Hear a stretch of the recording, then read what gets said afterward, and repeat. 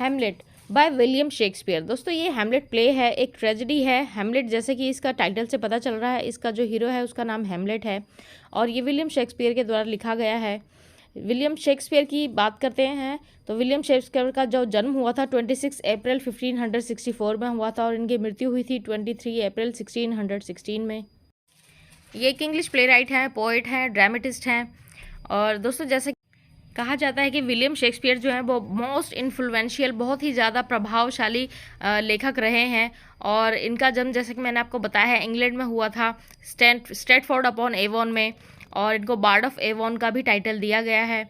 जो हैमलेट लिखा गया था दोस्तों वो जुलाई 1602 में, आफ्टर बीइंग रिटर्न अर्ली, जब इसको लिखा गया था उसके बाद ये 4 साल बाद इसको एक्सपेंडेड वर्जन में पब्लिश किया गया था। तो चलिए शुरू करते हैं हैमलेट का ये प्ले, जो कि बड़ा इंटरेस्टिंग है।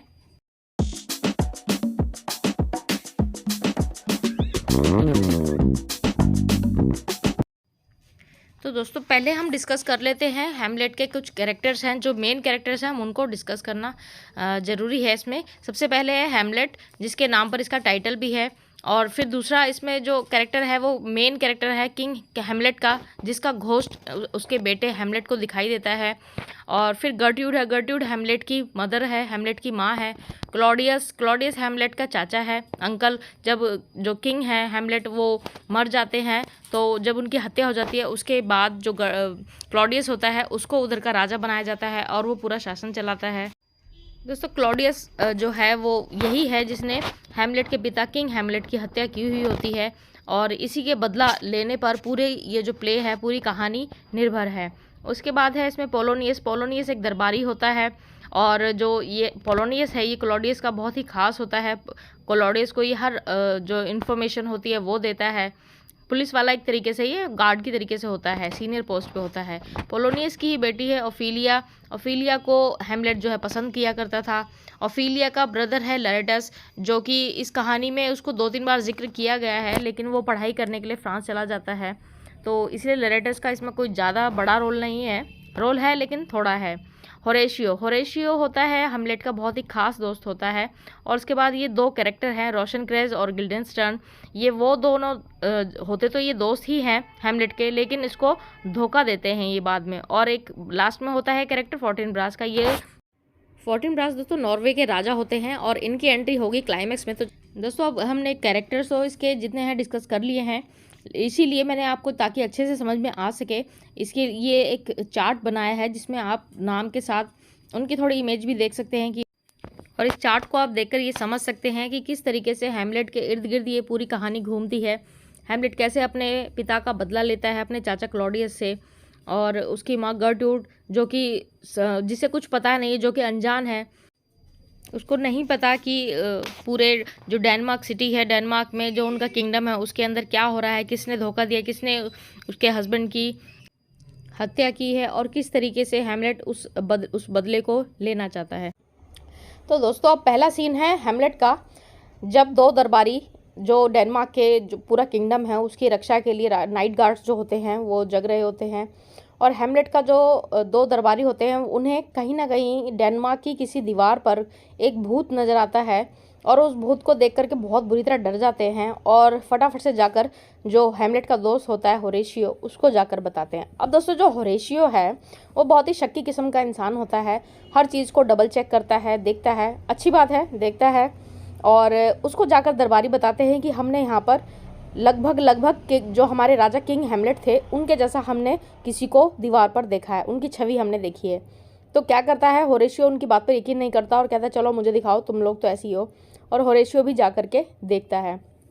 जब होरेशियो देखता है तो उसको वाकई में वो जो छवि होती है, वो जो छाया होती है, बिल्कुल ऐसी लगती है जैसे वो किंग हैमलेट की भूत को देख रहा हो।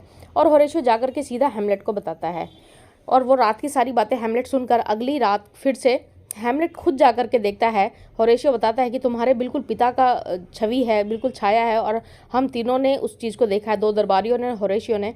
तो हैमलेट भी जा कर के देखता है और उसे वाकई वो ऐसा लगता है जैसे वो उसके पिता का भूत है।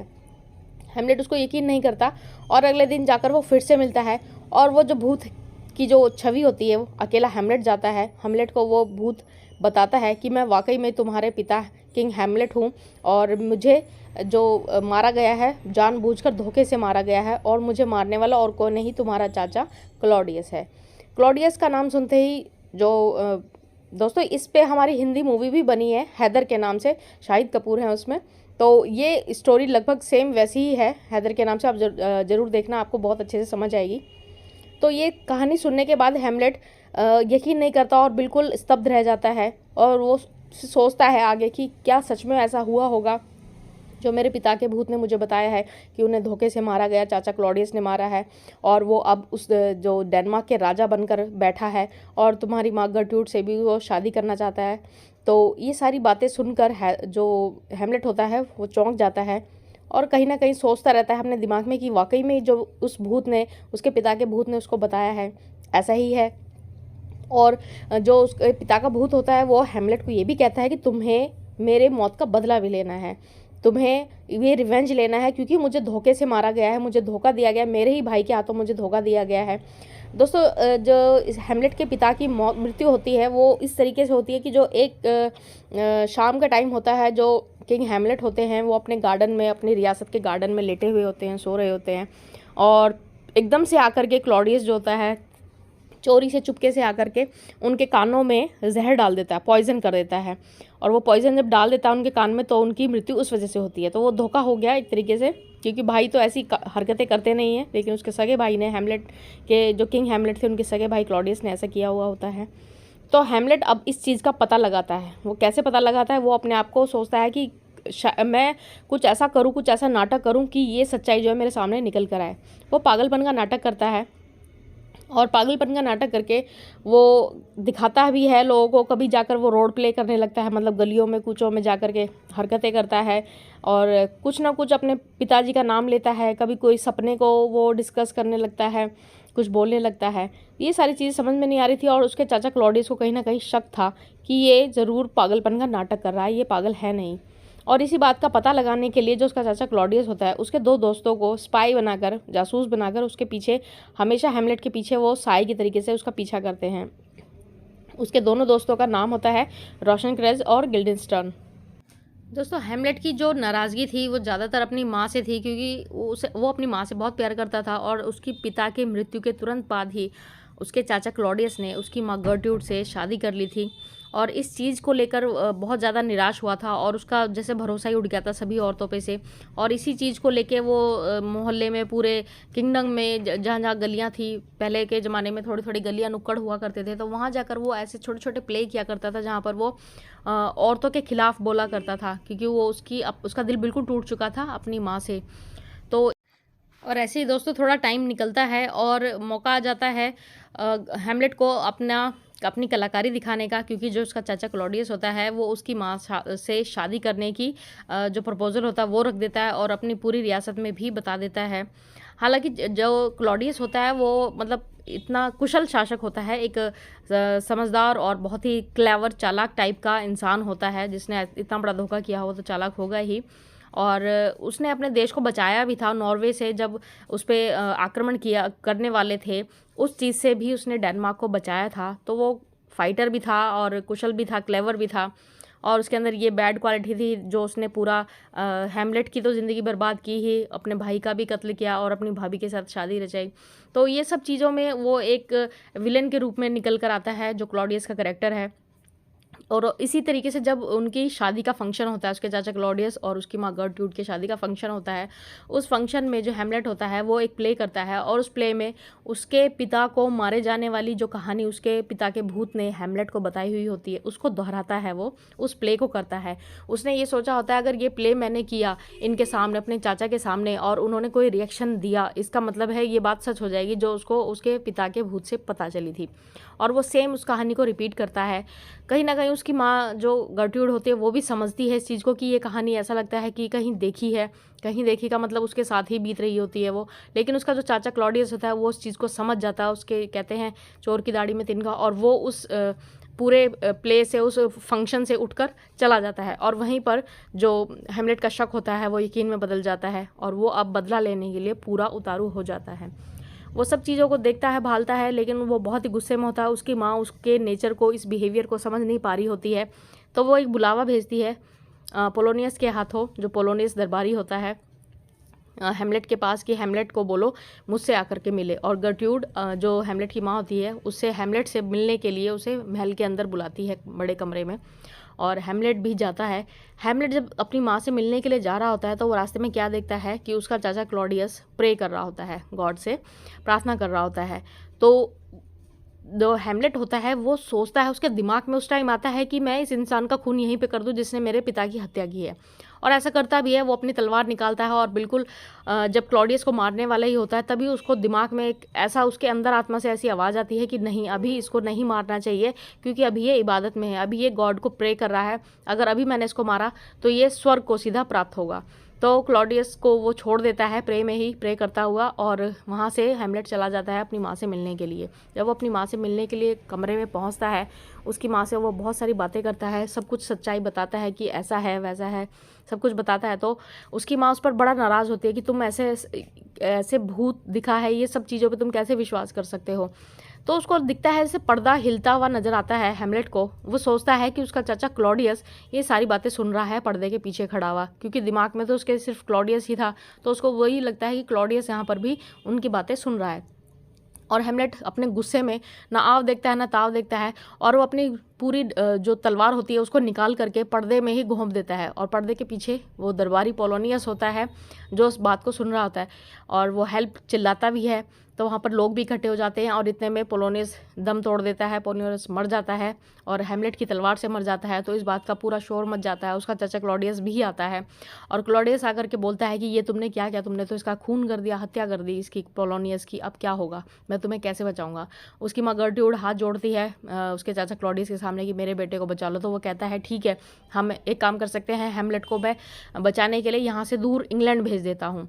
तो उसकी माँ भी इस बात पर एग्री कर जाती है, और हेमलेट को वो इंग्लैंड भेजने की तैयारी करता है। इंग्लैंड भेजने की तैयारी जब वो करता है तो इन सब बातों का, क्योंकि ओफिलिया का फादर होता है पोलोनियस, ओफिलिया को पता चलता है उसके पिता की मृत्यु हो गई है। अब ओफिलिया इस चीज़ को हेमलेट, क्योंकि उसका लवर होता है और उसको पता चलता है मेरे पिता की हत्या हेमलेट के हाथों हुई है, वो इस गम में इतनी बुरी तरह डूब जाती है कि वो खुद की इसमें कोई परफेक्ट रीज़न तो नहीं दिया है कि कैसे उसकी हत्या होती है, लेकिन वो अपने पिता के गम में मर जाती है। ओफिलिया भी मर जाती है। और इधर जो उसका चाचा क्लॉडियस होता है हेमलेट को इंग्लैंड भेजने के लिए तैयारी करता है, और जो उसके दो स्पाई दोस्त होते हैं रोशनक्रेज और गिल्डेस्टर्न, उन दोनों को वो एक लेटर देता है कि तुम जब इंग्लैंड इसके साथ पहुंचोगे हेमलेट के साथ, तो वहाँ के राजा को ये लेटर देना मेरा, और वो जब इस लेटर को पढ़ेगा तो अपने आप ही जो हेमलेट है उसका चैप्टर क्लोज कर देगा, इसको मार देगा। तो ऐसा करने के लिए वो दोनों दोस्तों को लेटर दे देता है। अब वो चल दिया इंग्लैंड की तरफ, और वहाँ पर ओफिलिया को पता चलता है, ओफिलिया भी अपनी जो है मर जाती है। ओफिलिया और उसके फादर दोनों की फ्यूनरल के लिए जब पता चलता है हेमलेट को कि ओफिलिया भी अब मर चुकी है, तो वो इंग्लैंड जाते जाते वापस आ जाता है। और वहाँ पर जब वो जा रहा होता है दोस्तों, तो इंग्लैंड जाने के रास्ते में जब वो शिप में होता है, तो वहाँ पर जो पायरेट्स होते हैं, समुद्री डाकू होते हैं, वो उन पर हमला कर देते हैं, आक्रमण कर देते हैं। और जो रोशनक्रेज और गिल्डेस्टर्न है, ये तो बुज़दिल लोग होते हैं, स्पाई होते हैं, ये मर जाते हैं उसी शिप में। और वहाँ से हेमलेट अपने आप को किसी तरीके से बचा करके भागने में सफल हो जाता है, और सीधा वो फ्यूनरल में पहुँचता है ओफिलिया के। और वहाँ पर उसको ओफिलिया का ब्रदर जो कि फ्रांस से आया होता है, उसको भी खबर पहुँचाई जाई होती कि तुम्हारे पिता का देहांत हो गया है, तुम्हारी बहन भी नहीं रही है। तो लरेटर आता है, और लरेटर को पता चलता है कि ये सब हेमलेट ने किया है। हेमलेट से तो वो वैसे ही पहले से ही चिढ़ता था, और तो वो क्या करता है कि उसको सीधा लड़ने के लिए पुकारता है, बोलता है, उसको बहुत गुस्सा करता है। अब यहाँ पर जंग छिड़ जाती है हेमलेट और लरेटस के बीच में। अब दोस्तों यहाँ पर इस कहानी का जो है क्लाइमैक्स हो जाता है, क्लाइमैक्स आने वाला था। आप इस वीडियो में बने रहें, क्लाइमैक्स का सीन है, क्योंकि अब जो जंग छिड़ी है लरेटस और हेमलेट के बीच में, इसका फ़ायदा क्लॉडियस जो उसका चाचा होता है वो उठाने की सोचता है। और वो क्या करता है, बड़ी ही चालाकी से लरेटस की तलवार में पॉइजन लगाता है, जहर लगाता है, इसलिए ताकि जब वो उससे घायल हो हेमलेट तो वो बचे ना, वो बिल्कुल जहर की तलवार से मर जाए, बिल्कुल भी उसके जीने की वो एक राह भी नहीं छोड़ता है। और अगर तलवार से वो बच भी गया तो इस लड़ाई के बाद एक जहर वाला, पॉइजन वाला शरबत रखा होता है जो कि हेमलेट को पिलाया जाने वाला था इस लड़ाई के बाद।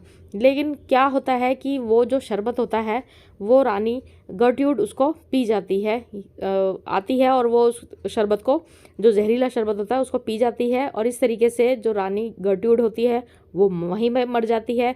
और जो लगता है दोनों की लड़ाई में, लरेटस और हैमलेट की लड़ाई में, गलती से वो तलवार जो है हैमलेट के हाथ में आ जाती है लड़ते लड़ते, और उस जहर वाली तलवार से लरेटस को वो हैमलेट मार देता है, लरेटस भी मर जाता है। लरेटस को ये कहीं ना कहीं वैसे समझ में आ जाता है कि जो ये पॉइजन वाली तलवार थी ये हैमलेट के लिए इसके चाचा ने, जो भी ये कॉन्स्पिरेसी थी वो लरेटस को समझ में आ जाती है मरने से पहले, लेकिन अब तो वो मर ही जाता है, मर गया था वहाँ पर। और उसके बाद फिर हैमलेट जो घायल होता है उसके भी उस तलवार से कट तो लगा होता है, वो घायल हुआ होता है जहरीली तलवार से, लेकिन अब तक काफ़ी कुछ चीज़ें समझ में आ जाती है। हैमलेट को तो सब पता ही था पहले से ही, लरेटस भी जान चुका था मरने से पहले।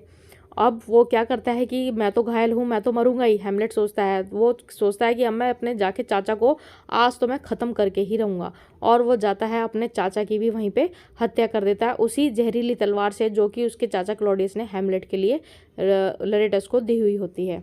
तो दोस्ती इस तरीके से हैमलेट भी वहाँ मर जाता है, और मरने के बाद वहाँ पर उसका दोस्त होरेशियो होता है जो वो बसता है, हैमलेट को देख रहा होता है कि तभी वहाँ पर खबर आती है कि नॉर्वे के राजा फोर्टिनब्रास ने वहाँ पर आक्रमण कर दिया है डेनमार्क सिटी में। और उस तरीके से जब वो जो एंटर कर रही होती है उसकी पूरी सेना, तो वहाँ पे जो फोर्टिनब्रास होता है नॉर्वे का राजा, वो आता है और देखता है कि यहाँ पर तो पहले से ही इतनी जंग छिड़ी है, और हैमलेट जो यहाँ का जो मतलब राजकुंवर था वो नहीं रहा है, वो मर चुका है। तो होरेशियो सारी कहानी नॉर्वे के राजा फोर्टिनब्रास को बताता है कि किस तरीके से यहाँ पर जंग छिड़ी, क्या कॉन्स्पिरेसी हुई ये फैमिली में इस तरीके से। तो नॉर्वे के राजा जो फोर्टिनब्रास होता है उनको बहुत बुरा लगता है, फील होता है, और वो हैमलेट का जो अंतिम संस्कार करते हैं वो इस तरीके से करते हैं जैसे कि एक बहादुर सिपाही का होता है। उन्हें पूरी शहादत के साथ उन्हें दफनाया जाता है और सलामी दी जाती है। इस तरीके से हैमलेट का जो है अंत होता है। तो दोस्तों ये थी कहानी हैमलेट की। ट्रेजिक हीरो जो था, ट्रेजेडी है इस प्ले में बहुत ज़्यादा। तो इसी के साथ दोस्तों मैं आशा करती हूँ कि आपको ये प्ले ज़रूर पसंद आएगा, स्टोरी पसंद आई होगी। अगर पसंद आए तो आप ज़रूर इस प्ले को, इस वीडियो को लाइक करें, शेयर करें और कमेंट बॉक्स में भी लिखें। Thank you so much, take care.